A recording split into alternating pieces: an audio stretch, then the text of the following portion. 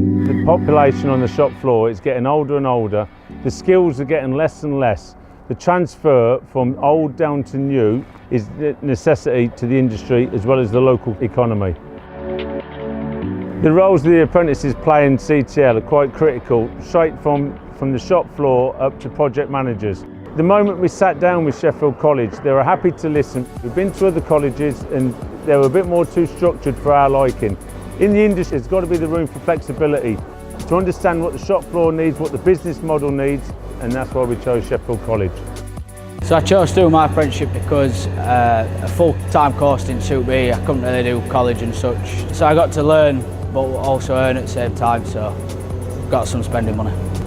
I'd recommend an apprenticeship to someone because I think you get a lot more experience on the job than what you could ever do on a full-time college course. Employers are also always by our side helping us with such as college work and things like that. They're always there to help. It's helped me get into the career I want because I wanted to be an accountant in the future.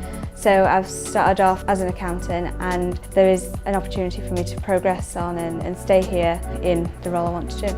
So when you come to applying for jobs in the future, you have that bit of experience to put you above maybe other applicants.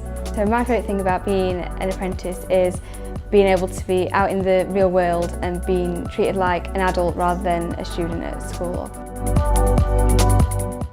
I came to CTL wanting to be a machinist, and I've put everything in that I can possibly can to come out and be a machinist. I specialise in turning and milling in the machine shop. And I feel that earning and learning is definitely the way to go about it. What an apprentice does, what I feel, is they bring an energy to the place. For the older guys to look down and have some sort of value, some sort of contribution to their training. Standing back, seeing somebody who can't pick a hammer up the right way to the end of their 4-year apprenticeship where they're running the machines and they're signing off inspection forms. When you see the old chaps having a look at that, that's quite a warm feeling for them.